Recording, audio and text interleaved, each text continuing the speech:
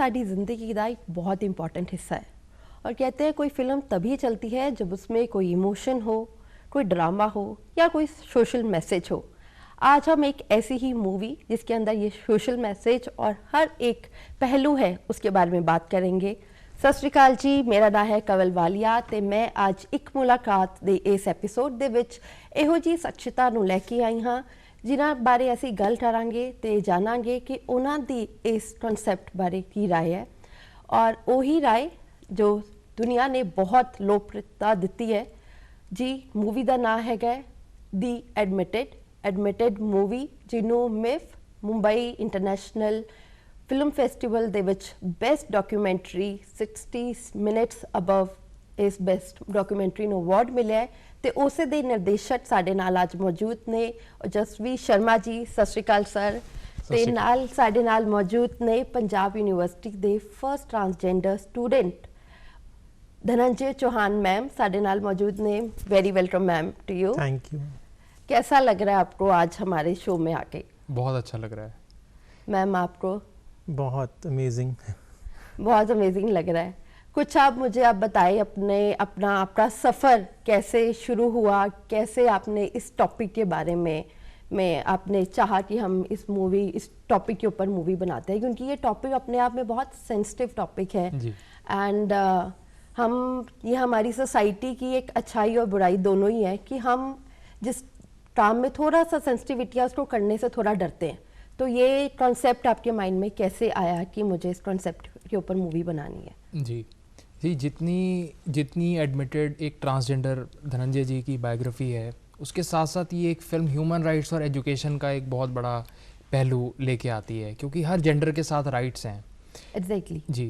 तो अगर आप एक जेंडर सुप्रीम कोर्ट लेजिटिमेट कर देते हैं 2014 की नालसा जजमेंट के बाद, जिसमें वो कहते हैं कि third gender is now recognised, तो अब जेंडर रिकग्नाइज हो गया है, बट उस जेंडर को एक्सेप्ट करने वाले कितने हैं? उसके बाद रिकग्निशन आ गई है बट एक्सेप्टेंस आई कि नहीं आई जी। फिर एक्सेप्टेंस के बाद जब आप एक जेंडर को एक्सेप्ट कर लेते हैं, आप डिक्लेयर कर देते हैं कि now I am this gender, तो उसके बाद उस जेंडर के साथ साथ अब आप एडमिशन लेंगे, उस जेंडर के साथ साथ अब आप जॉब करेंगे और आप बाकी अपनी सारी ज़िंदगी एक आम सर्वश्रेष्ठ भारतीय नागरिक की तरह आप जिएंगे।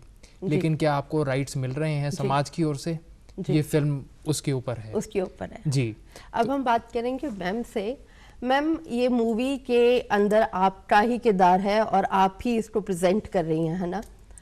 तो this movie is very emotional और आप ही की बायोपिक है, तो मेरे को आप थोड़ा सा अपना सफ़र बताएंगे कि कैसे आपने चूज़ किया सर को, क्योंकि ऑफ कोर्स आपके पास और भी बहुत लोग आए होंगे जिन्होंने कहा होगा कि हम आपके ऊपर कोई स्टोरी लिखते हैं या मूवी लिखते हैं या बुक लिखते हैं, but how you choose him? सबसे पहले तो मैं दूरदर्शन का बहुत बहुत धन्यवाद करती हूँ, और क्योंकि ये बहुत ही एक ऐसा टॉपिक है जिस पे बात बहुत कम होती है, और भारत सरकार का भी मैं बहुत बहुत धन्यवाद करती हूँ, क्योंकि जब से पार्लियामेंट में transgender person protection bill pass हुआ 2019 में, उसके बाद फिर भारत सरकार के ministry of social justice and empowerment ने स्माइल स्कीम्स लॉन्च की है। बहुत सारी स्कीम्स अभी बार बार इसको प्रमोट किया जा रहा है कि ट्रांसजेंडर कम्युनिटी आगे आए और अपनी जो उनको सुविधाएं दी जा रही हैं उनको अवेल करें। तो ये तो हुई सरकार की तरफ से। अब लेकिन जब मैंने ये लड़ाई लड़ी, तकरीबन 20 साल हो गए जो प्रखर रूप से समाज में लड़ी हैं। 2002 से शुरू किया था सफ़र और आज 2022 हो गया, तो बीच में कितने पड़ाव आए हों, कितने सारी चीज़ें मैंने फेस की होंगी जो कि अभी मेरे पास मतलब मुझे ही, क्योंकि फ़िल्म जो है हम जो एडमिटेड डॉक्यूमेंट्री है ये एजुकेशन बेस्ड है। किस तरह जैसे ओजस्वी जी ने कहा कि ये हमें ह्यूमन राइट्स की वैल्यूज़ बताते हैं, किस तरह से ट्रांसजेंडर अपनी आइडेंटिटी के बाद समाज में अपने जो हुकूक हैं, अपने जो अधिकार हैं उनके लिए आगे आके लड़ाई लड़ता है। तो जब 2017 में हम लोग मुलाकात हुई तो हमारे बीच जो सेतु बने वो जो मेरी छोटी बहन जैसी है मोना मैम, तो मोना अब इनकी धर्मपत्नी है वो। वो हमारे सेतु बने और हमारी बातचीत शुरू हुई, उन्होंने मुलाकात करवाई। शुरुआत में मुझे लगा कि ऐसे बहुत सारे लोग आते हैं और चले जाते हैं। बहुत सारे लोगों ने अखबारों में लिखा, टीवी चैनल्स में बहुत सारी स्टोरीज छपी हैं, तो ये भी आई तो ठीक है। मैंने कहा कि मैंने एज ए कैजुअली कहा ठीक है, लेकिन उसको इन्होंने कहा कि हमें डॉक्यूमेंट्री बनानी।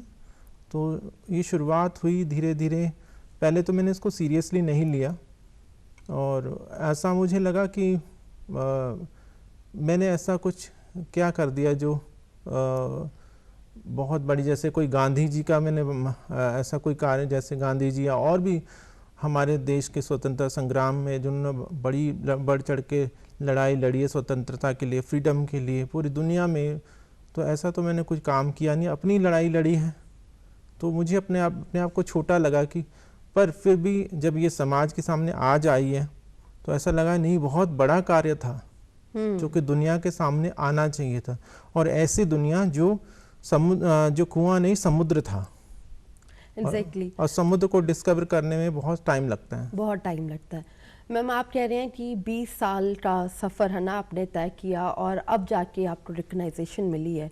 तो जब मैं बात करूंगी कि वो जो 20 साल का सफ़र था और जब आप पीछे मुड़ के देखते हो तो उस सफ़र में क्या क्या कठिनाइयाँ आई आपको? सफ़र में बहुत सारी कठिनाइयाँ आई हैं, जैसे फिल्म में भी काफ़ी सारी चीज़ें उसमें बताई गई हैं। जिस तरह से स्कूल के टाइम पे जो एजुकेशन लेते हैं बचपन से लेकर 5-6 साल से लेकर, और आज मैं 52 के होने वाली हूँ, तो संघर्ष अभी ख़त्म नहीं हुआ, ऐसा नहीं। वैसे के वैसा ही है समाज। मुझे लगता है आज मुझे लगता है समाज बदले ना बदले, हम बदल गए। हमने बॉदर करना छोड़ दिया, आई डोंट बॉदर एनीवन। लेकिन पहले मैं बॉदर करती थी और मुझे उससे फिर डिप्रेशन होता था, एंग्जाइटी, कितने सारे प्रॉब्लम अंदर ही अंदर, मतलब अपने आप को कुढ़ना जैसे बोलते हैं ना, कि दूसरों को देख के ऐसा लगता था कि मेरे बारे में क्या बोल रहा होगा, ये मेरे बारे में क्या सोचा है, क्यों हंस रहे मेरे बारे में। सो आज वो चीज़ बदल गई। आप लोग हंसते हैं, मजाक बनाते हैं, सो अब मैं सोचती हूँ कि I am fabulous and I am celebrity, that's why they are laughing at me. And शुक्र है भगवान का कि हम हंसाते हैं, रुलाते नहीं किसी को। बिल्कुल सही। सर मैं आपसे पूछूंगी, मैम ने कहा कि हमने अब सोच बदल दी है, तो ये सोच बदलने के पीछे आपका भी एक बहुत इम्पॉर्टेंट हिस्सा रहे हो आप भी। तो आपका क्या ये थॉट प्रोसेस रहा कि मैं जब ये मूवी बनाऊं तो मैं दुनिया को क्या मैसेज डिलीवर करूं? आई थिंक जिस समाज में हम बढ़ने की चेष्टा करते हैं वो ये है कि इक्वल वर्ल्ड है, सब बराबर हैं और सबको सामान्य अधिकार मिले हुए हैं, बस उन्हें अवेल करना है। तो कुछ लोगों को पता ही नहीं होता कि उनके पास ये राइट्स हैं या कहीं पे उनके राइट्स वायलेट हो रहे हैं। जैसे कि हम में से कोई नहीं सोचता कि हम जाके 10 साल की उम्र में स्कूल में एडमिशन लेंगे। अब एक नॉर्म है कि 4 साल का हो गया बच्चा स्कूल में जाना चाहिए। Exactly. कि स्कूल की एक इनटेक एज होती है।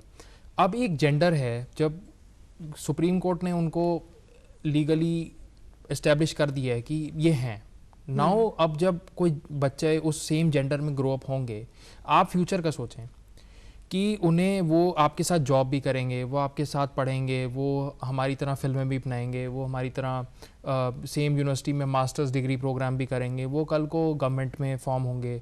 तो अगर ये सिस्टम है टॉप टू डाउन फ्लो करेगा। Exactly. अभी जब हमारी सबसे पहली चीज़ थी कि क्या हम लोगों को इस फिल्म से डराएं कि लोगों को इंस्पायर करें।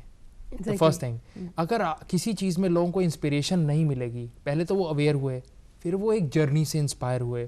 तो ये इंस्पिरेशन को लेके हम आगे बढ़ते हैं जब इस फिल्म में, तो हम ये देखते हैं कि लोग अब जुड़ रहे हैं और वो समझ पा रहे हैं कि there exists a gender called transgender which is legal and they have the right to study, they have the right to do jobs, और उनको फॉरेन गवर्नमेंट्स भी रिकग्नाइज करती हैं, उनको इंडियन गवर्नमेंट्स भी रिकग्नाइज करती हैं और उनको समाज भी रिकग्नाइज करता है।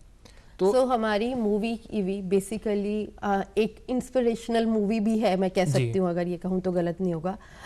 मैम आप अपनी कम्युनिटी के लिए भी एक इंस्पिरेशन है और थोड़ा सा मैं आपका बैकग्राउंड भी जानना चाहूँगी और मैं आपके थ्रू मैं चाहूँगी कि आपकी कम्युनिटी और हमारी कम्युनिटी जो एक है, जिसको हम लोग एक नहीं देख पाते लेकिन वो एक ही है, उस पे आप अपनी थोड़ी सी नज़र डालें।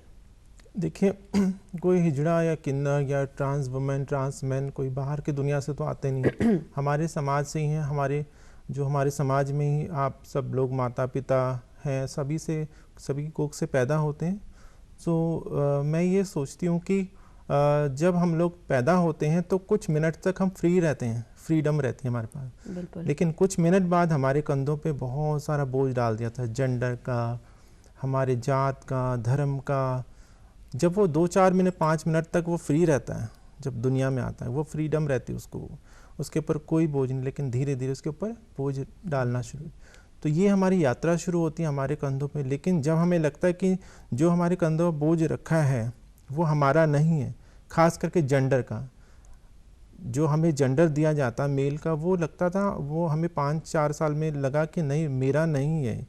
और ये सभी ट्रांस वुमेन ट्रांस मैन के साथ ऐसे ही रहा है। और हम लोगों ने लड़ाइयाँ लड़ी हैं, हम लोगों ने पीछे नहीं। सुप्रीम कोर्ट के जब ये जजमेंट आई 15 अप्रैल 2014 को, NALSA versus union of India and others, तो उसमें भी हम लोगों ने बढ़ चढ़ कर भाग लिया था। 2012 से हम लोग ये PIL दायर की थी और उसके सुप्रीम कोर्ट की जजमेंट फिर बाद में आई। तो ये जो लड़ाई है, हम लोगों ने, जो पढ़े लिखे लोग थे वो समझ गए थे कि हमें ताली नहीं बजानी, ताली बजवानी है और उसके लिए संघर्ष करना होगा। हम लोग पीछे नहीं रहे, फ्रंट लाइन में रहे। हम लोगों ने सभी को एहसास दिलाया कि हमारा इतिहास पुरातन काल से ही, चाहे वो जब से ऋग्वेद लिखा है, पुराण उपनिषद लिखे गए हैं तब से ही, और ये तो चलो लिखित बातें हैं, हड़प्पा मोहनजोदाड़ो से भी पहले जब जीव का जन्म इस धरती पे हुआ है तब से नर नारी और तृतीय प्रकृति साथ में ही रही है। तृतीय प्रकृति जो है उसके बिना नर और नारी अधूरे हैं, क्योंकि जैसे दिन होता है रात होती है तो संध्या भी होती है। संध्या के बिना दिन और रात नहीं होता है। संध्या बहुत खूबसूरत होती है और संध्या जो संधि काल है, उसी समय हम अपने परिवार से मिलते हैं, अपने दोस्तों से मिलते हैं। दिन और रात में नहीं, रात को हम सो जाते हैं, दिन में हम लोग जॉब करते हैं, उसमें हमें समय नहीं मिलता हमें दोस्तों से मिलने का, परिवार से मिलने। तो संध्या का इंतज़ार करते हैं और संध्या हम हैं। तो ये हमारा इतिहास रहा और संघर्ष इतना जटिल रहा है कि अंग्रेज़ों ने आकर इस संस्कृति को, इस भारतीय परंपराओं को तहस नहस कर दिया। हम लोग तृतीय प्रकृति को मानने वाले लोग थे। 1871 में एंटी ट्राइबल एक्ट लागू करके ट्रांसजेंडर को भी क्रिमिनल जो अपराधी घोषित कर दिया गया और 1952 में इसको डीनोटिफाइड किया गया, लेकिन हमें अधिकार नहीं मिले। सो ये संघर्ष चलता रहा। लोग जो अनपढ़ थे, गरीब थे, वो अपने बेचारे बधाई वगैरह बच्चा होने पे, शादी होने पे मांगते थे, खाते थे। कुछ लोग सेक्स वर्क में भी थे। ये चलता रहा। लेकिन कुछ बच्चे जो हैं वो कहते हैं ना कि जो डिसऑर्डर माना जाता है कि जब कोई उस लाइन से डिसऑर्डर हो जाता है, और मुझे लगता है डिसऑर्डर होना सबसे बड़ी उपलब्धि है। पीपल से यू आर डिसऑर्डर, आई से yes I am disorder because I never follow order. जब जीव का जन्म होगा पानी में और पानी से वो कूद के बाहर आया होगा तो पानी के जीवों ने उसके ऊपर हंसे होंगे कि तुम बाहर निकल गए, लेकिन वो बाहर निकलने वाले आज हम लोग 2 पाँव पे खड़े हैं। बिल्कुल। सो ये जो संघर्ष है डिसऑर्डर होने का, ये अपने आप में बहुत विलक्षण है। और ट्रांसजेंडर जब घर से निकाले जाते हैं, समाज से निकाले जाते हैं, हाशिए पे धकेल दिए जाते हैं, उनसे अलग अलग अमानवीय व्यवहार किया जाता है, तब जाके हम ढीठ बन जाते हैं। आज हम बोलते हैं, लोगों को बोलते हैं कि जो छक्के हिजड़े हैं ये लोग बड़े ढीठ होते हैं, बदतमीज़ होते हैं। तो बदतमीज़ बनाया किसने? वो हम लोगों ने बनाया। हम लोगों ने उनको प्रताड़ित किया है। हम लोगों ने उसको छक्का बोला, मामू बोला, टेम्पू बोला, क्या क्या बोला होगा। और आज सोचो एक नॉर्मल फैमिली में अगर किसी बच्चे को आप कुछ बोलते, लोग आजकल आत्महत्या को दौड़ते हैं। हम लोगों ने कितने लोग रहे होंगे, हज़ारों लाखों की तादाद में, जो बहुत ढीठ निकले और वो अपने आज आपके सामने बैठे। सुप्रीम कोर्ट ने हमें बनाया नहीं, एस्टेब्लिश नहीं किया, रिकॉग्नाइज किया है, रिकॉग्नाइजेशन किया है। और ये संघर्ष चलते चलते जब सुप्रीम कोर्ट में हुआ, लेकिन उसके बाद भी हम बैठे नहीं, हमने पार्लियामेंट का दरवाज़ा खटखटाया और बिल पास हुआ। उसके साथ साथ हम लोग सब लोग पढ़ाई में लग गए।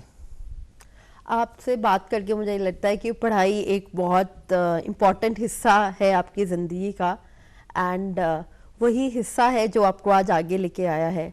तो आपकी खुद पर्सनल स्टडी क्या है? देखिए, मेरी पढ़ाई तो बहुत हिचकोले खाती रही। अच्छा जी। 93 में मैंने I was topper of Punjab university. Okay. मैंने फर्स्ट डिवीज़न में गवर्नमेंट कॉलेज 46 से पास आउट हुई थी मैं। पंजाब यूनिवर्सिटी में एडमिशन लिया एमए में हिस्ट्री में, तो तब मेरे साथ रैगिंग हुआ, फिर छोड़ना पड़ा। फिर 94 में मैंने लॉ में एडमिशन लिया इवनिंग में, तब मुझे छोड़ना पड़ा। सो ये मतलब ठोकरें खा खा के आगे बढ़ते रहे। डिप्लोमा भी किया मैंने रशियन लैंग्वेज में, फ्रेंच लैंग्वेज में, कंप्यूटर साइंस तब नया नया शुरू हुआ, उस पर भी डिप्लोमा कर लिया ताकि मेरे को जॉब मिले। लेकिन जहाँ भी जॉब किया वहाँ भी प्रताड़ना ही मिली मुझे। और उसके बाद फिर बहुत लंबा गैप, 2010 में फिर मैंने इग्नू से मास्टर इन सोशल वर्क शुरू किया, जो 2 साल में कंप्लीट हो गया। उसके बाद क्योंकि मुझे लगा कि नहीं, मैं चिल्लाती रही, हम लोग काम करते रहें, हमने सोचा, लेकिन सरकार या जो सरकारी तंत्र में लोग बैठे हैं वो सुन नहीं रहे थे। तो 2014 के सुप्रीम कोर्ट की जजमेंट आने के बाद थोड़ा सा साहस हुआ, हम लोग साहस, हमारे अंदर हिम्मत आई, और फिर मैंने यूनिवर्सिटी के साथ भी काम करना शुरू, स्टूडेंट डिपार्टमेंट्स वगैरह में। तो मैंने सोचा कि जब तक मैं सिस्टम का पार्ट नहीं बनूंगी तब तक सिस्टम चेंज नहीं होगा। तो 2016 में फिर मैंने पंजाब यूनिवर्सिटी में दोबारा से एडमिशन लिया, एक बार फिर से master in centre for human rights and duties में मास्टर स्टडी के लिए। सो ह्यूमन राइट्स में तब तक रूल पास हो चुका था। तो then she became the first transgender student, क्योंकि फिर एडमिशन फॉर्म पे the T column had come, column was there and she got the recognition. तो डबल एमए मेरा रहा, फिर हो गया अभी तो। Wow wow. सो जब आप पंजाब यूनिवर्सिटी में एक बार दोबारा गए, तब आपको पहले और अब जब आप दोबारा गए 2016 में, तो क्या चेंज मिला? क्या लोगों ने उस टाइम पे आपको प्यार से एक्सेप्ट किया, या अभी भी उस टाइम पे भी आपको फील हुआ कि नहीं, ये लड़ाई मेरी है और ये अभी भी कंटिन्यू हुआ, अभी भी मुझे इसी पे ही लड़ते रहना है? नहीं, इतना आसान नहीं होता किसी। We are in laws but we are not in heart. तो दिलों में तो हम अभी भी नहीं हैं किसी के, बहुत थोड़े से लोग हैं, चंद लोग, उनके वो थोड़ा एक्सेप्ट कर लें। हम तुलसी की तरह हैं, आंगन में रहती है ना, जो घर में कोई नहीं लाता उसको, हम उनके तरह दरवाजे पे खड़े हैं। बाहर तो सब लोग बात करते हैं, बहुत अच्छी अच्छी बातें होती हैं, लेकिन घर में कौन लेके जाता, उनको शर्म आती। यूनिवर्सिटी में मेरा एडमिशन हुआ तो इतना आसान तो नहीं था, मैं आइसोलेटेड थी, मतलब सारे क्लास में मैं अकेली बैठती थी। तो शुरुआत में बहुत दिक्कत आई, मैंने कहा ऐसा क्या है कि वो लोग सब लोग अलग हैं। मैंने हिम्मत नहीं हारी, मैंने कोई बात नहीं कि लोग मेरे साइड ही आएंगे। और क्योंकि मैंने यूनिवर्सिटी में पहले से काम करना शुरू कर दिया था, 2013 में गर्व उत्सव भी हमने मनाना शुरू किया, प्राइड करनी शुरू कर दी थी। जून जो अभी गया है ये प्राइड मंथ है था, पूरी दुनिया में प्राइड मनाई जाती हैं। सो मैंने ये अपने अंदर ये रखा कि कोई बात नहीं, ये लोग मेरे साइड आएंगे, थोड़ा हिम्मत रखना होगा।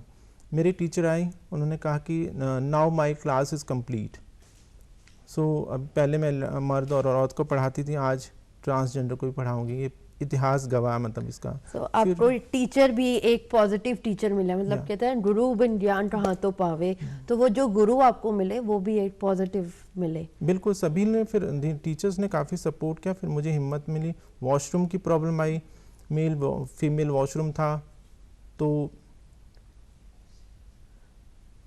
मेल फीमेल वॉशरूम था, उसमें दिक्कत आई कि किस तरह से मैं कौन से वॉशरूम में जाऊं। बचपन में भी जैसे 5-6 साल की उम्र में जब मेरा एडमिशन हुआ तब भी ये प्रॉब्लम थी, और आज भी कितने साल गुजरने के बाद। लेकिन मैंने कहा तब तो मेरे पास इतनी हिम्मत नहीं थी, लॉ नहीं था, कुछ नहीं था। आज मेरे पास सारे कुछ है और मेरे पास नॉलेज है, मैं पढ़ी लिखी हूँ।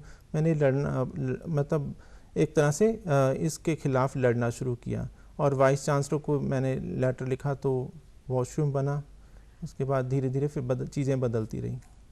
सो इस तरीके से आपका स्टडी का हिस्सा रहा।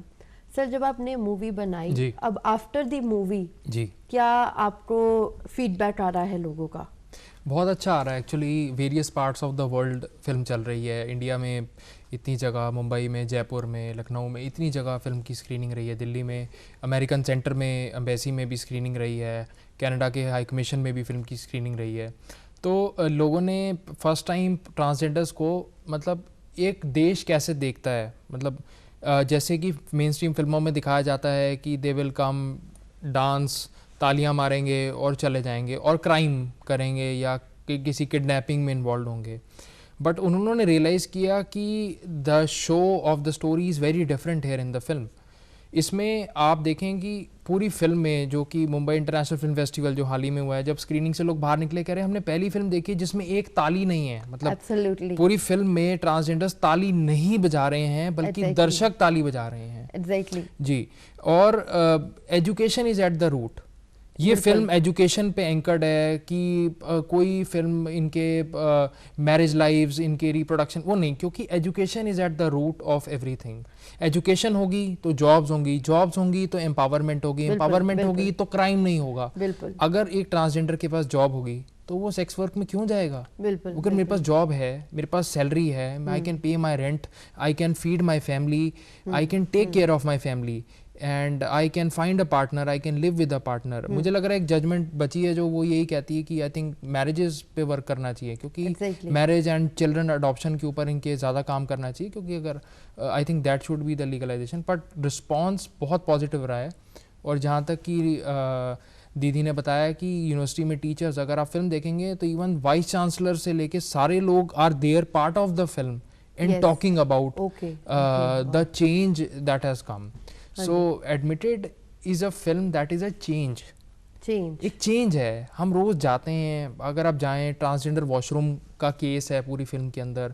पूरे चाइल्डहुड में एजुकेशन स्ट्रगल से लेके डबल पोस्ट ग्रेजुएशन तक एजुकेशन स्ट्रगल को कवर दिखाते की है। जी जी मैम, आपने बताया कि है ना फैमिली से बाहर निकाल देते हैं, और जैसे सर ने भी कहा कि जब हम नाम सुनते हैं तो हमारे दिमाग में ताली बधाई के लिए, बच्चे के होने पे, शादी पे, यही हमारे दिमाग में एक आता है। और उसके बाद शायद दोबारा जब कहते हैं कि अगली पीढ़ी आएगी या अगले किसी का आएगा तब आप आना, तो वो फैमिली से दूर होना। और अब जब आपने इतना अचीव किया तो क्या वो फैमिली से वो आप जो आप दूर हुए, क्या वो पास आए आप, क्या आपको वो प्यार मिला फैमिली का?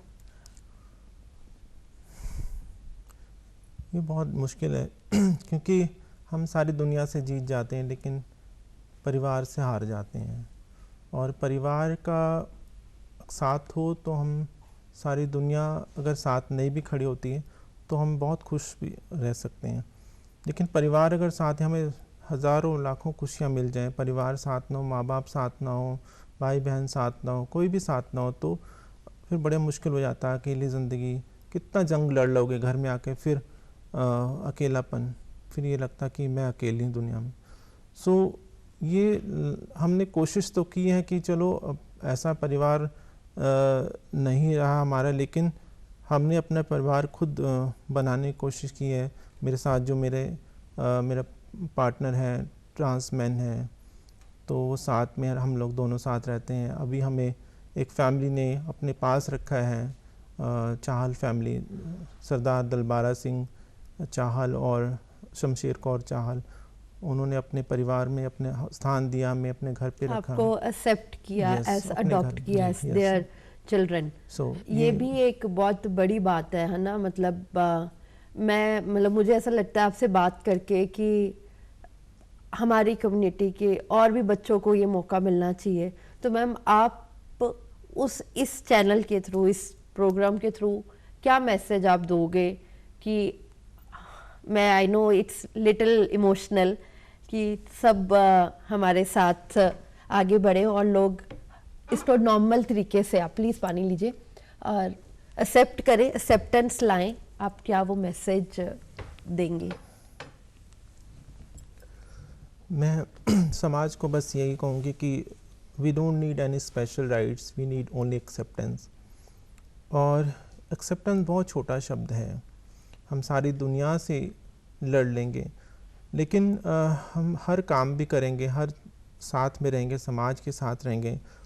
मुझे मौका मिला फॉरेन कंट्री में कनाडा में शिफ्ट होने का, वहाँ पर सिटीजनशिप के लिए भी, लेकिन मैंने मना किया कि मुझे भारत में ही रहना और भारत के समाज, जो अपना समाज है, उनके लिए काम करना है। हमारी परंपराएं हैं और इस परंपरा को भी साथ में रखना है, क्योंकि किन्नर एक परंपरा भी है, तो उस परंपरा को भी आगे लेके जाना। वो मतलब ये देवताओं से चली आ रही, इसको भी ख़त्म नहीं होना देना चाहिए।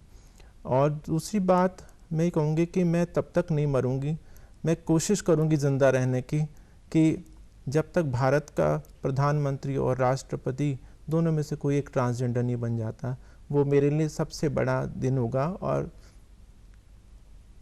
मैं बस यही मैसेज दूंगी सभी लोगों को कि वो दिन ज़रूर आएगा और हम लोग कामयाब होंगे और भारत ही पूरी दुनिया को रास्ता दिखाएगा कि हम सब बराबर हैं और हम लोग सब बराबर ही रहे हैं। हम सब बराबर ही हैं। भारत का संविधान है ही इतना बड़ा और इतना पुराना कि ऑफ कोर्स ये ज़रूर मुमकिन होगा। सर, ये तो था इस एडमिटेड के बारे में। आपके और भी अपकमिंग प्रोजेक्ट्स आ रहे हैं जी। सो आप इसी टॉपिक के ऊपर कंसंट्रेट करोगे, ऐसी और पिक्चरें लेकर आना चाहोगे डिफरेंट नज़रिए से भी या कुछ और तरीके से सोसाइटी को डिलीवर करोगे? दोनों हैं। आने वाला एक प्रोजेक्ट अगेन इंक्लूजन के ऊपर है, हम इसको इंक्लूजन कहते हैं कि सारे जेंडर्स इक्वली एग्जिस्ट कर रहे हैं। एक उसके ऊपर एक स्टोरी है, आवाज़ की स्टोरी है। और आने वाले टाइम में एक फ़िल्म मैं कर रहा हूँ जिसमें बच्चों को लेके और राइट टू प्रिवेसी को लेके, क्योंकि आज की डेट में बहुत मोबाइल फ़ोन इस्तेमाल हो रहे हैं और मेरी स्टोरीज़ में सारे जेंडर्स इंक्लूसिव रहते हैं। तो the whole idea of this concept is inclusion in story telling लेके आना। ज़रूरी नहीं कि एक ट्रांसजेंडर के ऊपर स्टोरी करनी है, बट ट्रांसजेंडर तो आपकी स्टोरी का पार्ट है। वो एक, हाँ, जैसे एक मेल एक्टर होते हैं, एक फीमेल एक्टर होते हैं, एक ट्रांसजेंडर एक्टर भी होते हैं। तो आप उन सबको एक स्टोरी का पार्ट ही बना दीजिए, ताकि लोग जब एक नॉर्मल बिहेवियर को आपकी फिल्म में अंडरस्टैंड करेंगे तो वो रियलाइज करेंगे कि सब इक्वल हैं। एटलीस्ट फिल्म में हम एक जिस बराबर वाले समाज की उपेक्षा करते हैं वो हम एक फिल्म के थ्रू तो दिखा ही सकते हैं। रियलिटी में तो जैसा भी है, क्योंकि फिल्मों से लोग देखिए प्रभावित तो होते हैं। बिल्कुल होते हैं। हम भी अपने जब बढ़ते दिनों में फिल्मों से बहुत प्रभावित हुए और बढ़ते बढ़ते हम लेके आए। और ये है कि जो भी फिल्म है, जैसे एडमिटेड है, ये हमने फ्री ऑफ कॉस्ट लोगों को दिखाई और ये मेरा प्रण भी था कि एटलीस्ट लोग इससे सीखें, इसके ऊपर कोई रोक ना हो इस फिल्म को देखने के लिए। तो वी मेड श्योर, उसके लिए हमने स्टैंड लिया और लोगों को दिखाया कि ये फिल्म आप फ्री में आप ऑनलाइन देख सकते हैं इस फिल्म को। आई विश कि लोग ज़रूर जाएंगे और इस मूवी को ज़रूर देखेंगे एंड जो प्यार हम चाह रहे हैं वो हमें ज़रूर मिलेगा। Thank you very much. Thank you sir, thank you ma'am, thank you for being here.